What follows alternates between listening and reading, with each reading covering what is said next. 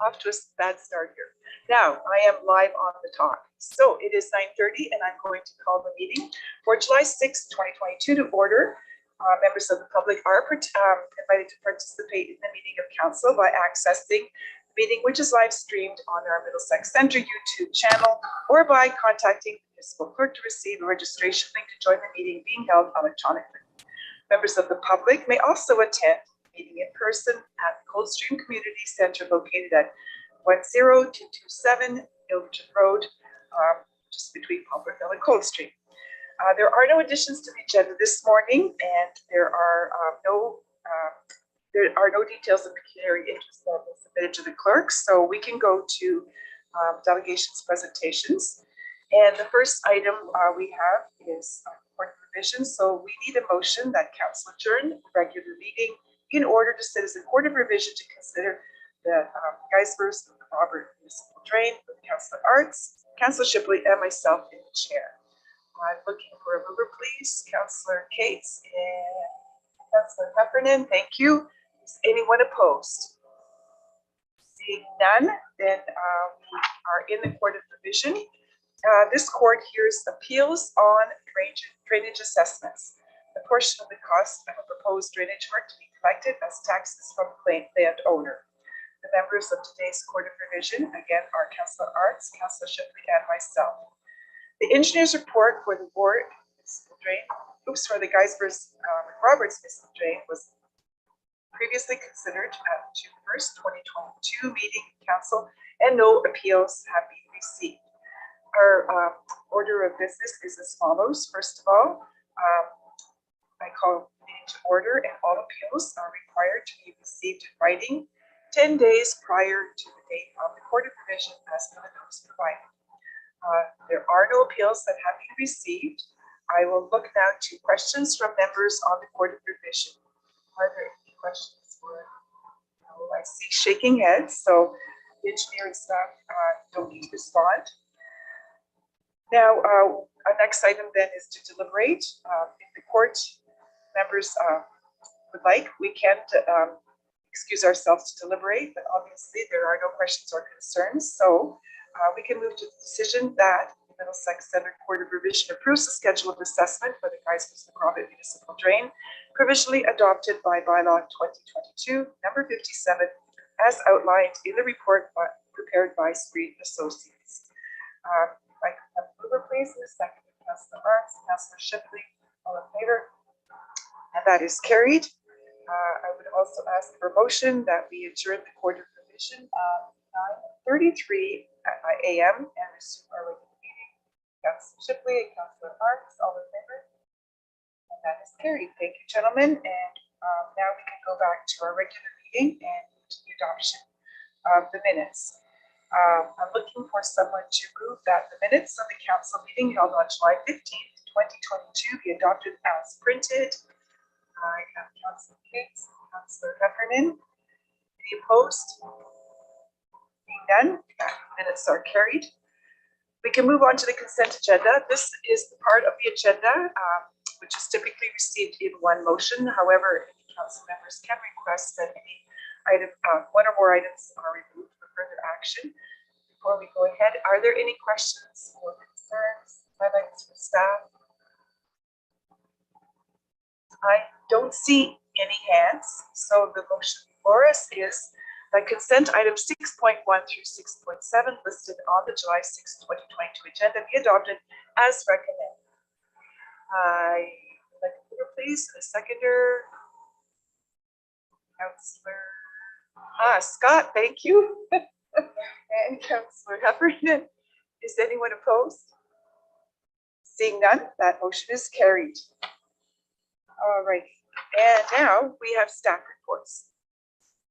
The first item up is the budget amendment for a dozer purchase, and I will look to Scott and Rob to provide an overview of the staff report.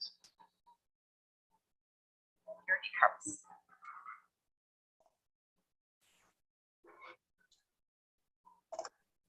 Good morning, members of council. So I'm happy to provide you this report regarding the budget amendment for a dozer purchase. So transportation department has been leasing a dozer for the past 2 seasons. So we're recommending, as a result of our use of the dozer, we're recommending the purchase of a Komatsu dozer in the amount of approximately $181,000.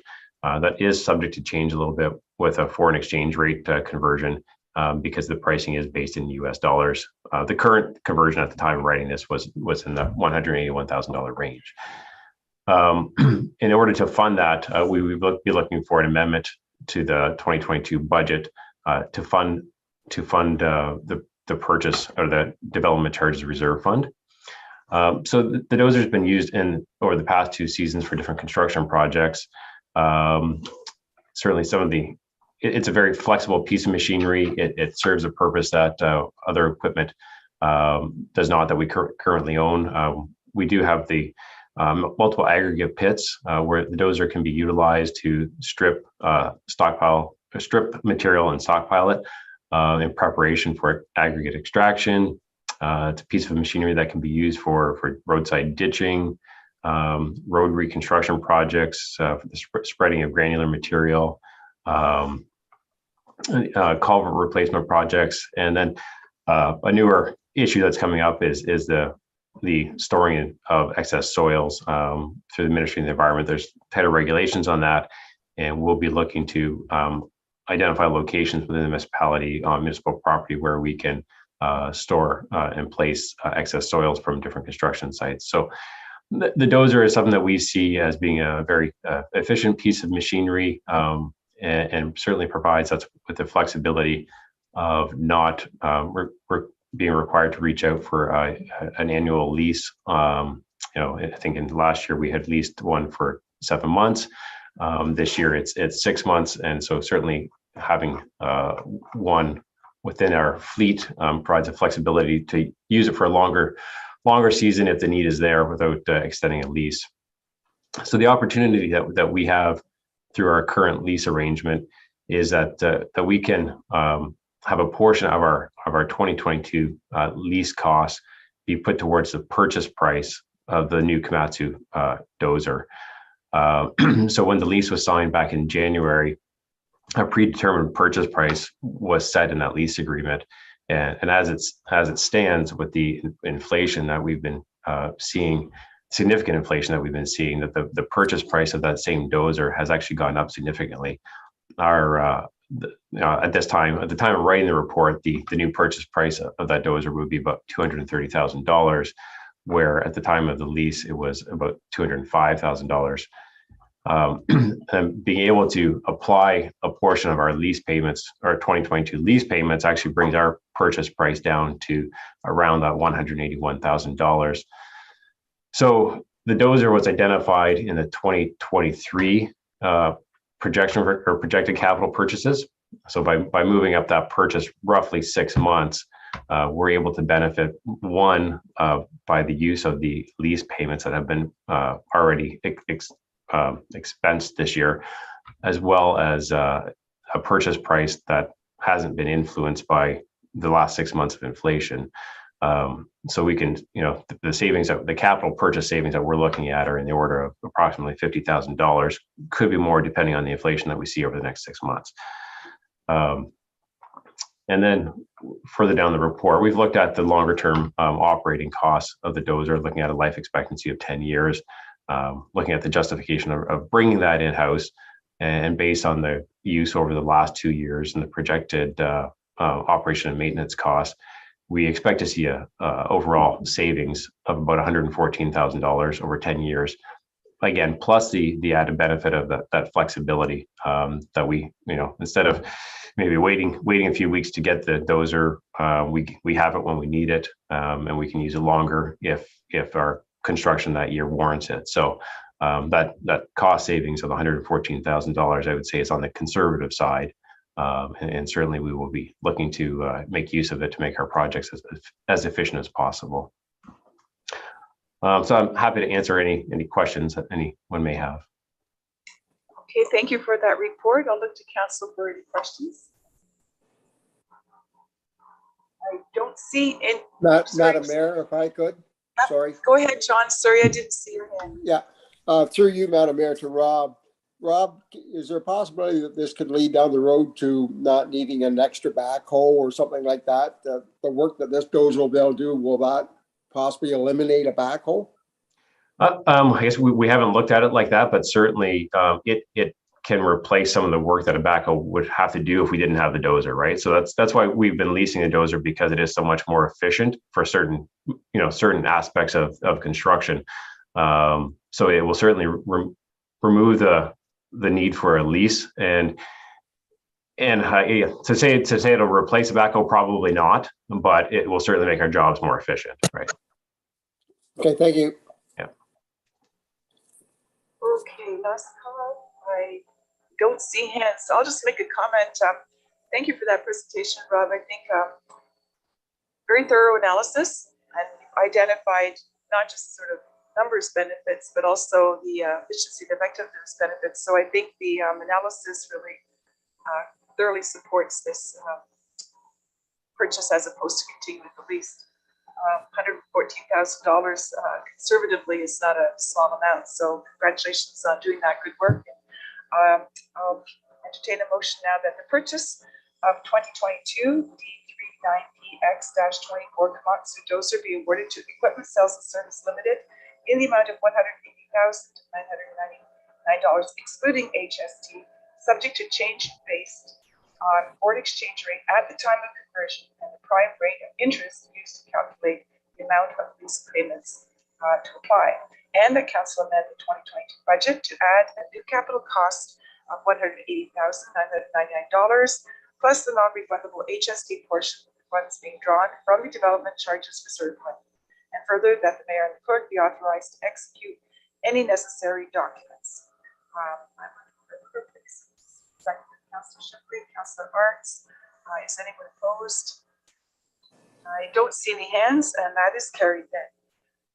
Okay, and the second report is also yours, Mr. Cascadden, if you'd like to take it away with the water connection and almost drinking water system report, please. Sure, absolutely. So this next report is in regards to the Melrose water system. So it's a system that services the Winfield Gate community in Melrose. It's a relatively small system, well-based system currently. And in 2017, there was an environmental assessment, Class B environmental assessment that was undertaken. Stantec was the consulting engineer on that at the time. The outcome of that assessment was a recommendation to move forward with the long-term solution for the water needs there, which was to convert the system from a well-based system to have one that was connected to the Kamoka Mount Bridges water supply system, which is in effect the Lake Huron primary water supply system. So in order to do that, a connection point, the Lake Huron water supply system, there is a main, or the Kamoka Mount Bridges main runs along the neck just to the north of Melrose. So that would be the connection point for the system. A new water main would have to be extended from that connection point down to Winfield Gate into the current system, the current well house location, and then there will be modifications required within the well house itself with the equipment and storage. So we put out an RFP looking to move forward with the preliminary engineering and detailed engineering and tender preparation for this project. We did have multiple plan takers. I think there was about 6 in total, but we only had 2 consultants that closed on the job. Some others advised that they had too much work on the go and were unable to take the work on. We did have 2 that closed, which were Stantec and GM Blue Plan. Both were good submissions. Stantec did come in with the modestly lower price and scored slightly higher than GM Blue Plan. So it's our recommendation that Stantec be awarded the contract for the preliminary and detailed engineering design of the interconnect, and that council approve a budget overage of $126,800 to be funded from the Capital Water Reserve Fund. So the original budget for the design engineering component of this was just a little bit under $100,000, and that was based on a standard approach of applying 15% for engineering and contract admin to the to the original construction cost that was identified in the EA. It's certainly a significant overage of the budget. We know from 2017 to 2022 and sort of the current inflation that the cost of the construction is likely to come back significantly higher than what was in the original EA. But moving forward with this preliminary design and detailed design will give us a better understanding of what the cost to construct will be in a future year. The intent would be to move through the design this year with construction as early as next year, if we can get it to tender early enough, or if not, then certainly in 2024, assuming that we have approval for the capital expenditure of the construction. So, although it is a significant overage on the budget, we do recommend proceeding with this. And I'm happy to answer any questions. Okay, thank you for that report. I'd like to councillors for questions. I'll start with Councillor Shipley. Thank you, Madam Mayor. Through yourself to Rob. Through talking to Councillor Arts also, Rob, I know we had a conversation yesterday, you and I. Is it possible to not connect where the original well is and do the connection somewhere else and sever that lot off and sell it? Oh, I see what you mean. Yeah, to use that property for something different. It's something, so when we work through preliminary design, we could look to see if the land-based requirements for what we need for the municipal property for the connection area, whether or not it could be modified.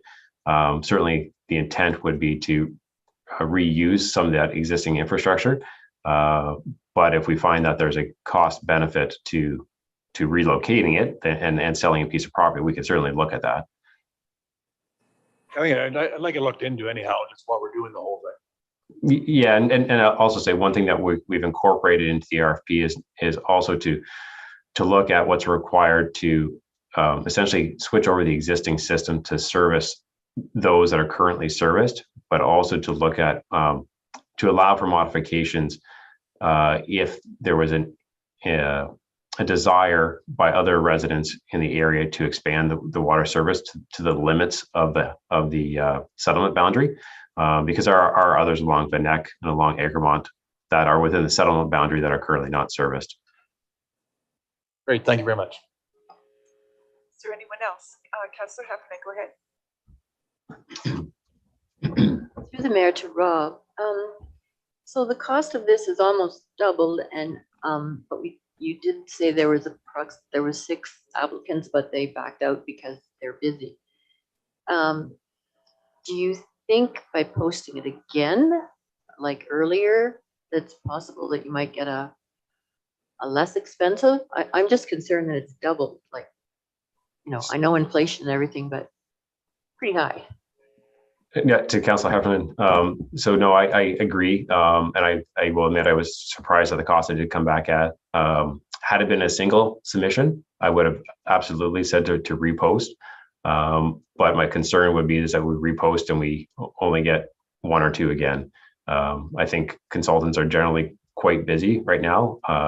And even with other the Gardnav, for example, right? We didn't have many contractors that bid that either. And I think we're just kind of seeing a point where we're seeing a lower number of submissions.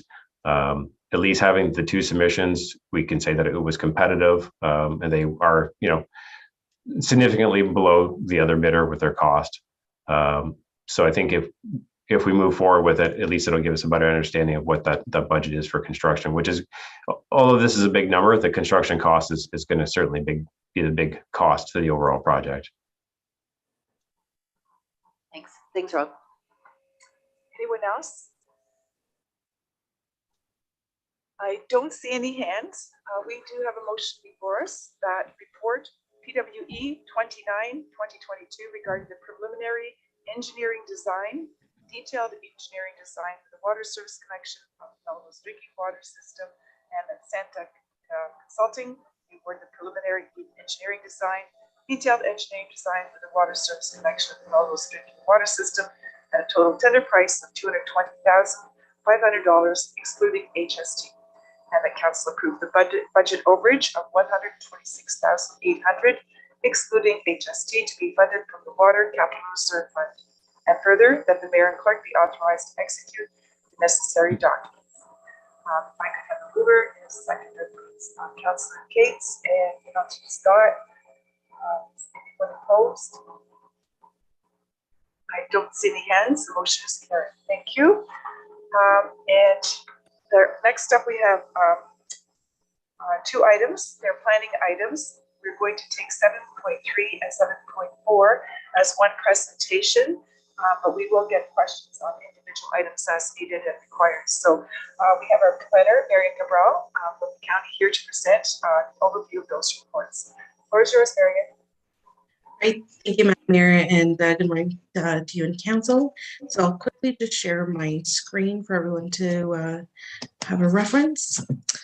Okay, so the staff reports listed under 7.3 and 7.4 are intended to provide a recommendation to council regarding official plan amendment, zoning bylaw amendment, and plan of subdivision applications for the Valley View development proposals.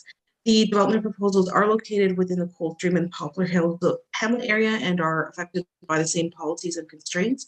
As such, staff have reviewed these applications concurrently. So the first development proposal is known as Valley View A, and this is located just west of the public school. The applicant had submitted a plan of subdivision, official plan amendment, and zoning bylaw amendment applications in support of this development proposal. And the second proposal is known as the Valley View B, or the Brown development, and this is located just west of Coldstream Road. And again, the applicant had submitted a plan of subdivision, official plan amendment, and zoning bylaw amendment applications. So the Valley View A development application proposes a total of 13 building lots for single family homes. These lots range in size from 0.2 to 0.23 hectares in area. There are a few blocks dedicated for stormwater management, as well as a new public road is being proposed. The official plan amendment application is requesting a special policy area be applied to the lands in order to permit the development of 13 lots on private servicing. Currently, the official plan only permits up to 3 lots on private servicing. And the applicant is also requesting to rezone the land to a hamlet residential first density zone. Similarly, the Valley View B development proposal seeks to create 13 lots for single family homes that range in size from 0.23 to 0.48 hectares, and a few blocks dedicated towards stormwater management. As well, a new road is also proposed. Similarly, the official plan amendment application is requesting a special policy area that's applied to the lands in order to the creation of 13 lots on private servicing, and the rezoning application is to rezone the entirety of the lands to a hamlet residential first density zone. So in January 2021, staff presented the applications at a public meeting and advised the public that the applications would be reviewed concurrently to address a number of issues, but specifically water quality and quantity within the hamlet area. Further to this, the proponent initiated a town hall meeting earlier this year, as well as a subsequent public meeting was held in March of 2020. So since the most recent public meeting, the applicant provided municipal staff with a preliminary grading plan as well as a reserve area plan. So this is shown on the screen right now.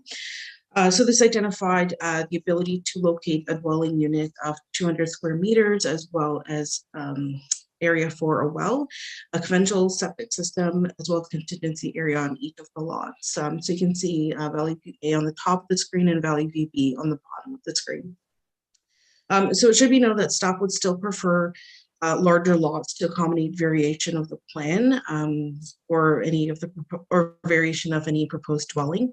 However, the provided grading plans show that development may occur with negative impacts being minimized or negated.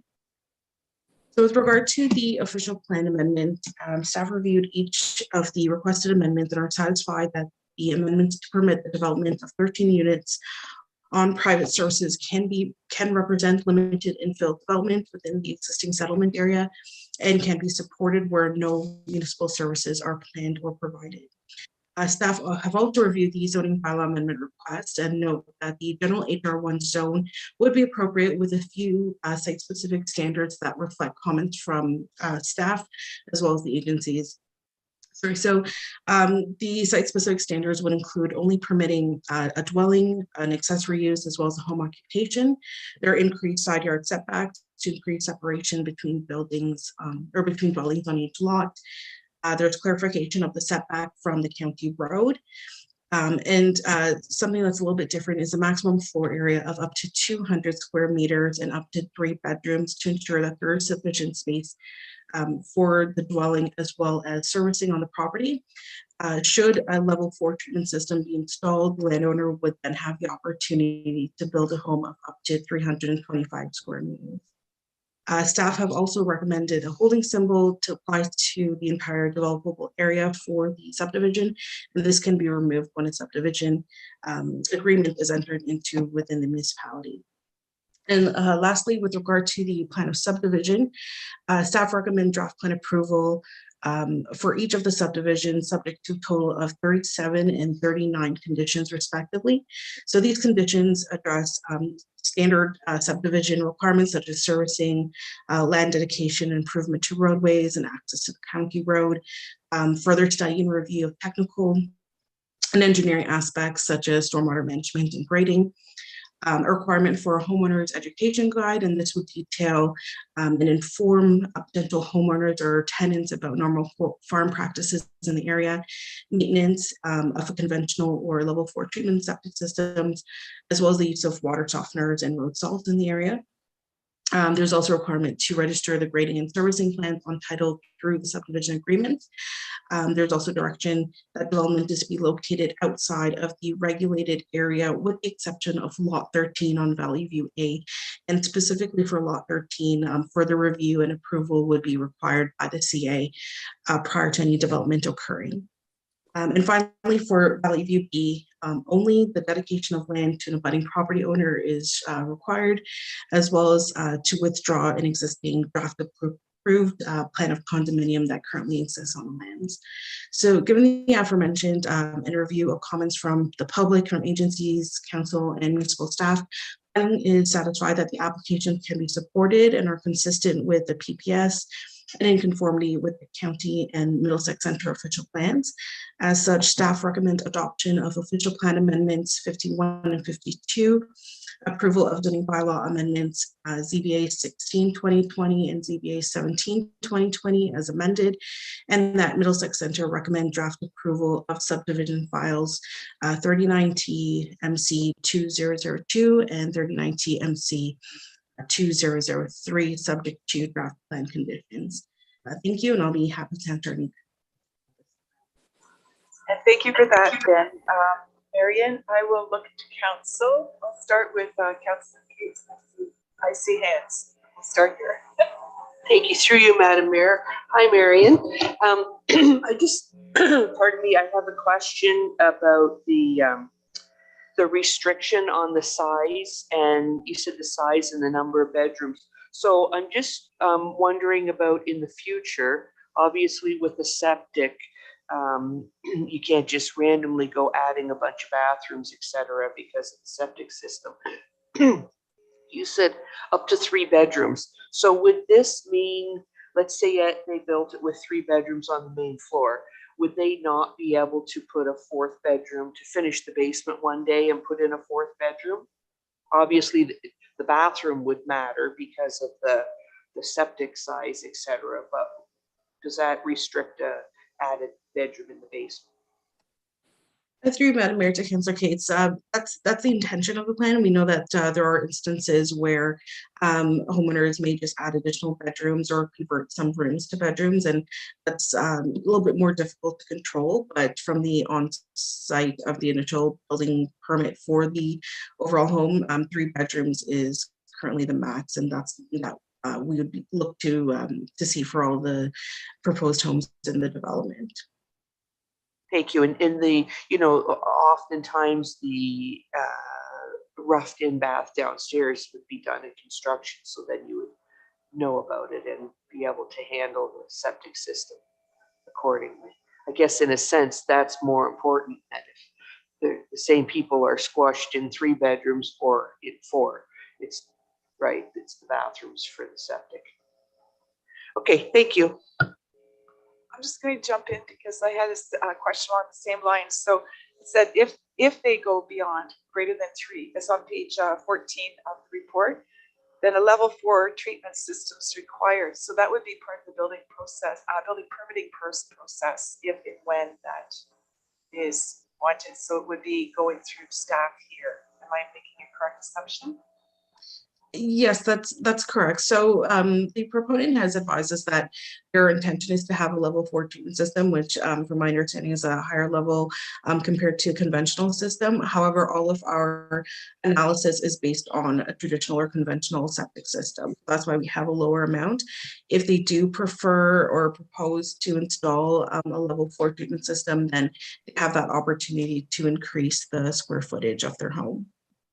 Okay, thanks for clarifying that. Okay, sorry to jump in the queue there. I think Councillor Cakes, and then I think Councillor Brunson. Councillor Heffernan, and then I thought I saw another Councillor Arts. Okay, thank you. Go ahead, Councillor. Okay, through the mayor to Marion. So Valley View A, is the existing house going to stay and the barn foundation? Through you, Madam Mayor, to Councillor Heffernan, that house will be removed, and that's a requirement as part of the draft plan condition. So I believe there's a house and a shed on that property, so those would need to be removed.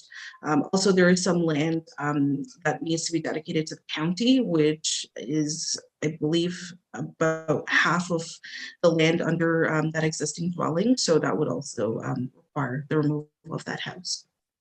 So is it possible that the owner of that lot is separate from the, like, could they build their own house there? Rebuild on that lot?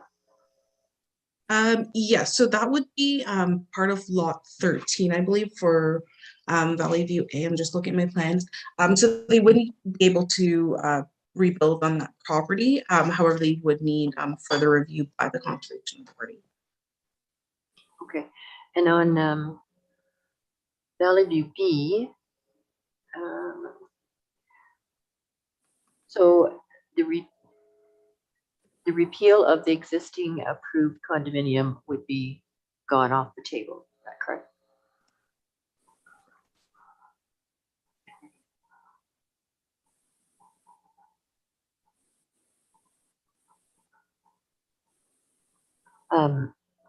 And the other thing is with Valley View B, like every time I drive by there, I look at that, I think, right now it's a laneway going back. Is it actually wide enough to put a roadway in? I know there's some adjustment of property, but. Yes, through the review of our plans, there is enough space to put a roadway that would be to full municipal standards through that area. Okay, so then with both of them, A and B, the report says for a future roadway. So is that roadway going to end where the bubble is, and then potentially at some future point there might be an addition on there, or you're just putting it in just for safety? Or?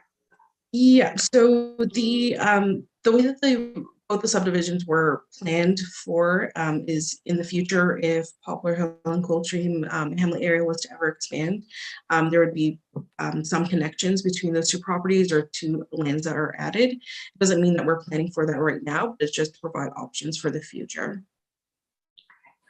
And the other thing I was concerned with, so the homeowner's guide does discuss a lot of stuff that they need to know. But a couple things, will they be registered on title, or how can they be enforced? Yes, like I'm thinking of the nitrates, like the de-icing and the water softener and all that type of thing. Yes, they would be registered on title for each of the lots. Okay, thank you.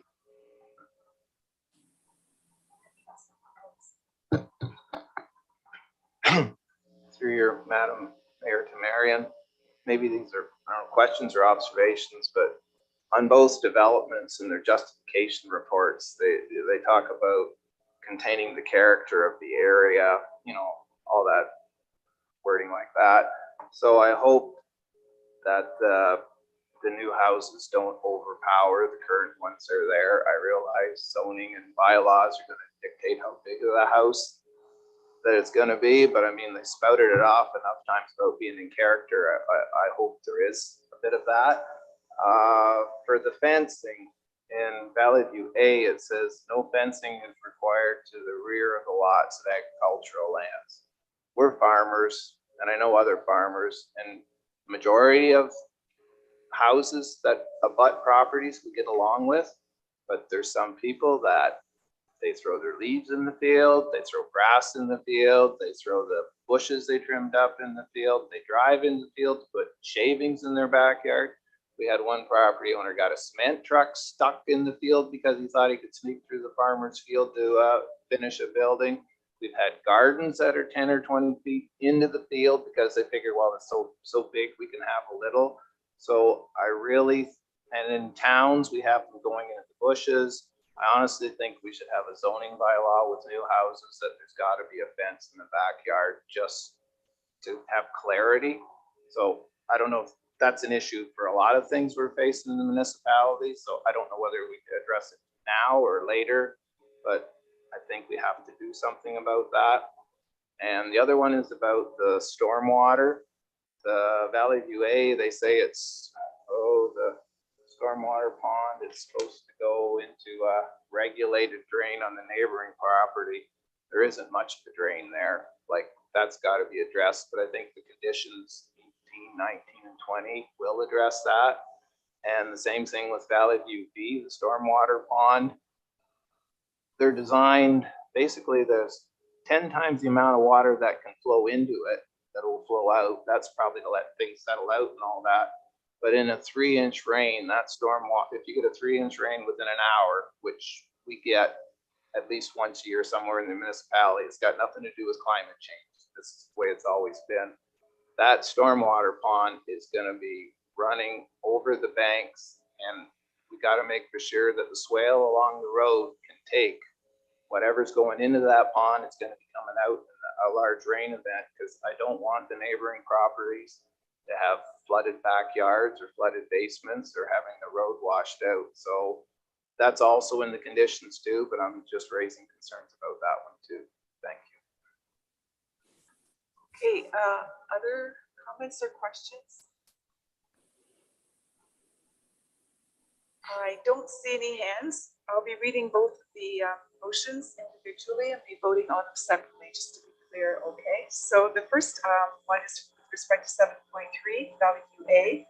And the motion is that the official plan amendment number 51 for the land legally described as concession 8, North Part Lot 7, in the municipality of Middlesex Centre be adopted and forwarded to the County of Middlesex for consideration of approval.